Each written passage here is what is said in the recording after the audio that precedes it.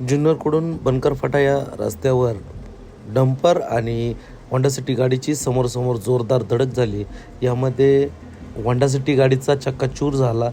या Honda city गाडीमध्ये जुन्नरचे नायब तहसीलदार अनंता गवारी हे होते. ते गंभीर जखमी झाल्यामुळे त्यांना स्थानिकांच्या मदतीने ओतूर या ठिकाणी हलवण्यात आले.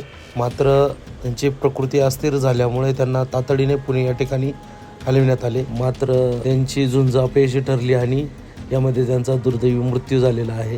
ही धडक एवढी भीषण होती की अक्षरशः होंडा सिटी गाडी समोर धडक होऊनही विरुद्ध दिशेला फिरली.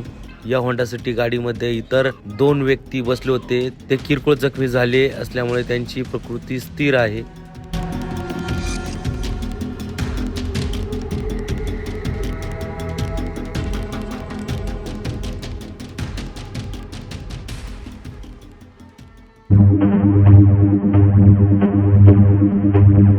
Thank you.